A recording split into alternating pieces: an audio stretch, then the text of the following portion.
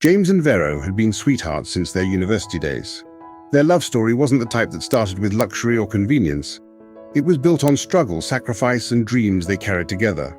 Friends often teased them about being inseparable, but neither of them cared. When they got married shortly after graduation, it wasn't an easy ride. Money was scarce, jobs were unstable, and raising children added to their struggles.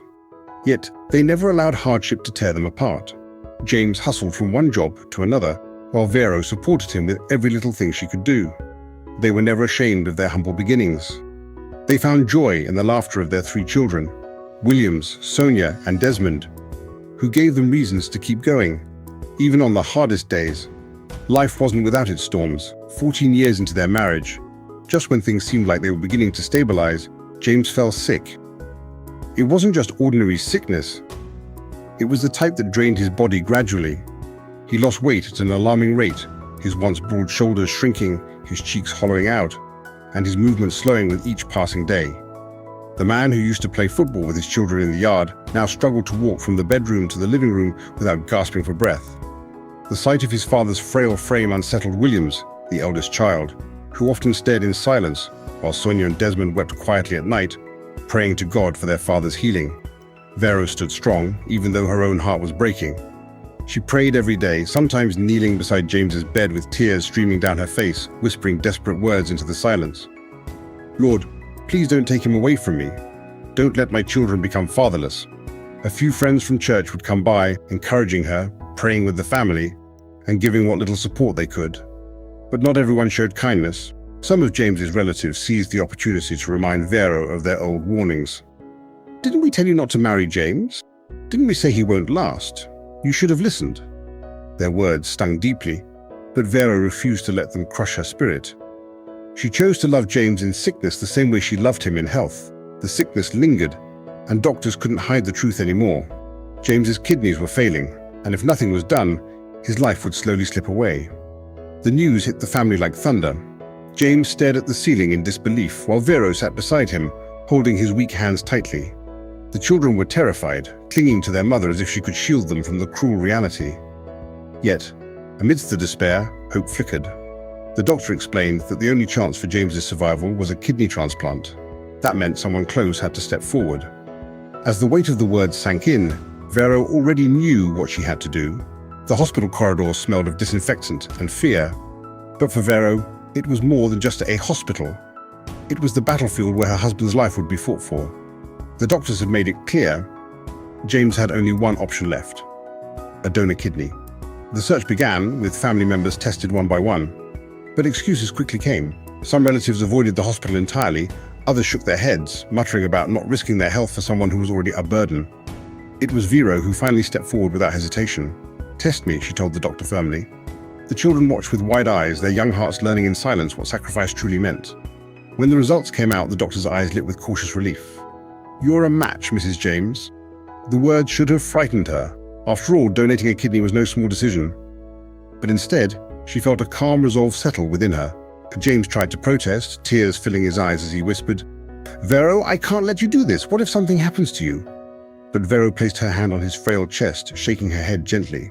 "If something happens to you, James, what happens to us? To William, Sonia, and Desmond? We have come this far together. We are not ending here." Her voice carried no hesitation, only love and certainty. The day of the surgery was one of the longest days the children had ever known.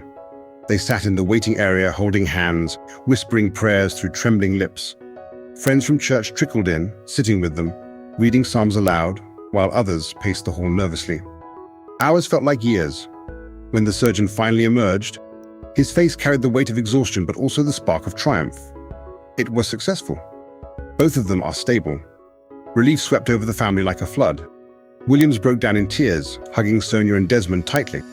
For the first time in months, hope felt real again. Recovery wasn't easy, but it was beautiful. Vero walked slowly at first, her body adjusting, while James gained strength little by little. The children often peeked into their parents' room, smiling shyly whenever they saw their father sitting up, cracking jokes, or sipping tea again. Their home, once shadowed by despair, began to breathe life again. James would hold Vero's hands often, his eyes filled with gratitude too deep for words. "You saved me, Vero," he whispered one evening. She only smiled, brushing his cheek, replying softly, "We saved each other." For a moment, their struggles felt worth it. The family was whole again, and the future looked brighter than it had in years. A year after the surgery, James was a new man. The frail figure who once struggled to climb out of bed had been replaced by someone who carried himself with renewed strength. His cheeks filled out again, his shoulders regained shape, and his laughter returned to the house. The children noticed it first, how their father now joined them at the dining table, how he teased Sonia about her handwriting or challenged Williams to simple debates. Desmond, the second son, was no longer afraid that his embrace would be too weak. Slowly, the family rebuilt their rhythm step by step. The breakthrough came when James received a call from a former colleague. A managerial position had opened at a logistics company, and they wanted him. At first, James hesitated. He worried whether his health could handle the workload, but Vero pushed him forward. "Take it, James. God didn't give you a second chance to sit at home." She adjusted his tie one morning as he was dressing for the job interview. With her encouragement, he went. And within weeks, James was working again. His salary wasn't extravagant, but it was enough to give the family stability. For the first time in years, their pantry was full, their children's school fees were paid on time, and laughter echoed in the house without being forced. Yet life has a way of testing even the strongest bonds. 2 years after James returned to work, Vera began to feel unwell. At first, it was subtle. Tiredness after simple chores, unexplained thirst, constant visits to the bathroom. James brushed it off, telling her to rest more, blaming the lingering effects of the surgery. But the symptoms grew worse. She lost weight rapidly, her once vibrant cheeks hollowing, her dresses hanging loose on her frame. The children watched quietly, fear creeping into their hearts. "Is Mama sick like Papa was?" Sonia whispered one night to Williams. He had no answer, only tears in his eyes. When the diagnosis came, it was a blow none of them expected. "You have type 2 diabetes," the doctor told Vero gently. "We'll manage it, but it requires discipline, care, and support." Vero nodded silently, her hands trembling in her lap. She wasn't afraid for herself. She had faced worse, but she was afraid for her children. Would they once again carry the burden of watching a parent fade? The family prayed together that evening, their voices low but desperate. "God, you saved Papa," Desmond prayed with childlike honesty. "Please don't take Mama away." The battle wasn't over. It had simply shifted. At first, Vero's diagnosis brought the family closer. James accompanied her to the hospital visits. The children made sure her meals were served on time, and prayers became even more frequent in the house. But as weeks turned into months, cracks began to appear. Vero's diet changed. No more oily stews, no more sugar-laden drinks, smaller portions of everything. Cooking became a careful process of measurement and discipline. James, who once praised every meal she prepared, grew restless. "I can't eat tasteless food every day," he complained one evening, pushing his plate aside. Vero said nothing, only lowered her head. The children noticed, though, and the silence around the table became heavier. Slowly, James began spending more time outside the house. His new job gave him an excuse: late meetings, long hours, business trips. At first, Vero didn't question it. She told herself he was simply trying to secure their future. But the signs were hard to ignore. He stopped eating the meals she cooked entirely, preferring food from restaurants. He no longer sat by her during checkups, no longer asked how she was feeling. Even his tone toward her changed, from gentle to impatient. Williams, his first son, once confronted him quietly. "Papa, why don't you eat Mama's food anymore?" James brushed him off with a harsh reply. "Mind your books. Don't talk about what you don't understand." Rumors started to spread in the neighborhood. Some friends whispered that James had been seen with another woman. Vero heard them but chose silence. She remembered the kidney she had given him, the sacrifice she made so they could grow old together. The betrayal cut deeper than any illness. Nights became lonelier for her. She would sit on the edge of the bed, watching James snore peacefully beside her after returning home late, smelling faintly of perfume that wasn't hers. "Still," she prayed for him. "God, remind him of his vows," she whispered, her tears soaking into her pillow. The children, too, felt the shift. Sonia clung to her mother more, helping with chores. Desmond often asked, "Mama, are you getting better?" Williams, now older, grew quietly protective, watching his father with suspicion. The house that once felt like a refuge after James's recovery was slowly becoming divided. The very man who had been saved by Vero's sacrifice was drifting into someone else's arms. And while Vero's body weakened under the weight of diabetes, her heart ached more from the growing distance of the man she had given everything for. The day James introduced the other woman was the day the last thread holding the family together snapped. He didn't gather his children. nor did he sit with Vero to explain. Instead, he simply brought her home one evening, walking through the door as if it were normal. "This is Angela," he said flatly. "She's my wife now." Vero sat frozen on the sofa, her eyes wide, her weak hands trembling against her lap. The children stared in shock, their faces pale with confusion. Sonia whispered, "But Papa, Mama is here as if she's your wife." James ignored her, moving on as if he hadn't heard. Angela settled into the house quickly, her laughter echoing through the walls in a way that seemed almost mocking. She criticized Vero's meals, rearranged her kitchen, and even snapped at the children when James wasn't around. Williams, who was nearly a man by then, found it hardest to stay calm. He often clenched his fists, swallowing words he wanted to shout, because he knew any outburst would only worsen things. Sonia and Desmond cried often, sneaking into Vero's room at night, whispering, "Mama, why is Papa doing this?" Vero had no answers. Her only reply was always, "Pray for your father." James's affection for Angela was obvious, almost exaggerated. He paraded her around at family gatherings, ignoring the cold stares from his siblings who once mocked Vero for marrying him. Now, those same family members whispered behind their hands about his betrayal. After all she did for him, gave him her kidney, and this is how he repays her. Yet none of them confronted him. They simply shook their heads, using the story as a warning for their daughters. Vero, meanwhile, endured the humiliation in silence. She still cooked for her children, still prayed every night, and still carried herself with quiet dignity even as her body weakened further. What hurt most was James's complete neglect. He no longer attended her hospital visits, no longer asked about her health, no longer touched her hand as he once did. He had shifted his love, his care, and his time entirely to Angela. The children saw it, neighbors saw it, even his colleagues noticed his arrogance about his new life. But deep inside, James was not at peace. His smiles around Angela looked forced at times, his laughter too loud. In the silence of night, when no one was watching, guilt would creep into his chest like a slow burning fire. He knew what he had done, yet pride kept him from turning back. And pride, as it often does, was leading him to his downfall. James's health began to falter just 2 years after he brought Angela into their lives. At first, it seemed minor, frequent headaches, bouts of fatigue, unexplained chest pains. He brushed them off, assuring Angela that he was fine, insisting to his children that they worry too much. But the truth was unavoidable. His once strong frame was withering again, the glow of his recovery dimming fast.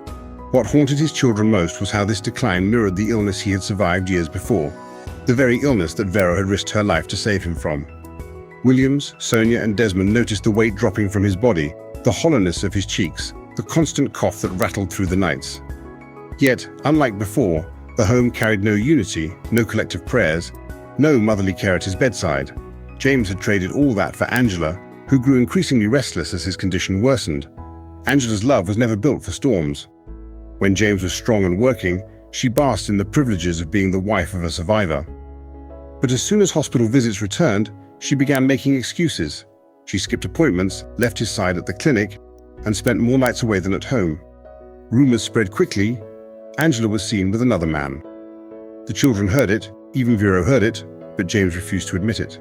"She's still here, isn't she?" he would say, even though she barely was. Meanwhile, Vero continued her quiet role from the shadows. Despite the hurt, despite her own sickness, she still sent food for James through the children. She still prayed for him, still whispered to Sonia, "Your father is human, and humans fail. God will judge." Her words were calm, but her eyes carried a sorrow so deep it broke the children's hearts. The breaking point came one stormy night when James collapsed in the living room. Angela was nowhere to be found. It was Williams who rushed to his side, shouting for Sonia to fetch water and Desmond to call the neighbors. They managed to get him to the hospital, but by the time doctors examined him, it was too late. His heart had given up, worn down by years of neglect, guilt, and sickness. The news spread quickly. James was gone. At the burial, the air was heavy with both grief and irony. Family members who once mocked Vero for marrying him now shook their heads in silence. Neighbors whispered about betrayal, sacrifice, and the strange justice of life. Angela, dressed in black, but with no trace of tears, disappeared immediately after the burial. She left the house quietly that same evening, taking nothing but her handbag, never to be seen again. It was as if she had been waiting for this very moment to cut ties, leaving James's children and Vero to carry the weight of his absence alone. In the days that followed, a new chapter began, not for James, but for the ones he left behind. The owner of the company where James had worked surprised everyone when he visited the family. A tall, quiet man with kind eyes, He sat in Vero's small living room and spoke with sincerity. "Your father made mistakes," he told the children, "but he was also a dedicated worker when he had strength. I want to honor that, not for him, but for you." He announced that the company would sponsor Sonia and Desmond's education all the way through university. As for Williams, who was just 1 year away from graduating, he promised him a position in the company as soon as he completed his studies. The children cried tears of relief. Williams and Sonia stood up and hugged their mother tightly. For the first time in years, hope felt close, tangible, like a light flickering at the end of a long tunnel. Life has a way of bringing balance, even when it takes time. James's downfall was not simply the result of sickness, but of choices. Choices that disregarded love, sacrifice, and loyalty. He had been saved by a wife who gave her kidneys so they could grow old together, yet he abandoned her when she felt weak. In the end, he found no peace in betrayal, and the woman he chose over his family vanished without a trace. Vero, though scarred by pain, stood as a symbol of resilience and unconditional love. Her children, shaped by her quiet strength, rose into opportunities that promised a brighter tomorrow. The lesson is clear: love is not proven by words, but by actions. Gratitude must be lived daily, not remembered only when it is convenient. Betrayal may bring temporary comfort, but it never builds a lasting home. James's story warns that when we neglect those who sacrifice for us, we risk losing the very foundation that holds our lives together. For William, Sonia, and Desmond, their father's fall became a seed of wisdom, one they would carry into their futures, building lives that honored their mother's strength rather than their father's mistakes. Please subscribe to this channel for more stories. Thank you.